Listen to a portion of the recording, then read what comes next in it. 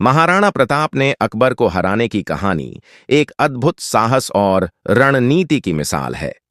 1576 में हल्दी घाटी की लड़ाई में महाराणा ने अपने छोटे से सेना के साथ अकबर की विशाल सेना का सामना किया। उनकी रणनीति में गेरिला वॉरफेयर का इस्तेमाल शामिल था, जिससे उन्होंने दुश्मन को चकमा दिया।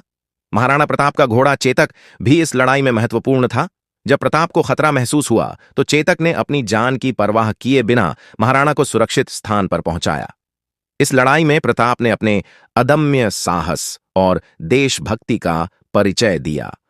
हालांकि वे युद्ध में विजयी नहीं हुए, लेकिन उनकी वीरता ने उन्हें एक अमर नायक बना दिया। महाराणा प्रताप ने साबित किया कि असली जीत कभी हार में नहीं, बल्कि संघर्ष और साहस में होती है। उनकी कहानी आज भी हमें प्रेरित करती है। महाराणा प्रताप का इतिहास भारतीय इतिहास में बहुत ही महत्वपूर्ण और प्रेरणादायक है। वे 16वीं सदी के महान राजपूत शासक थे, जो मेवाड़, वर्तमान राजस्थान के राजा थे। उनका जन्म 9 मई 1540 को कुंभलगढ़ किले में हुआ था। उनका पूरा नाम महाराणा प्रताप सिंह था और वे उदय सिंह द्वितीय के पुत्र थे। महाराणा प्रताप को उनकी वीरता, साहस और स्वाभिमान के लिए जाना जाता है। उन्होंने अकबर के साम्राज्य के विस्तार के खिलाफ संघर्ष किया और मेवाड़ की स्वतंत्रता की रक्षा की। उनका सबसे प्रसिद्ध युद्ध हल्दी घाटी का युद्ध 1576 था, जिसमें उन्होंने अकबर की विशाल सेना से संघर्ष किया। हालांकि इस युद्ध में वे जीत नहीं पाए, लेकिन उनका साहस और संघर्ष भारतीय इतिहास में एक प्रेरणा बन गया।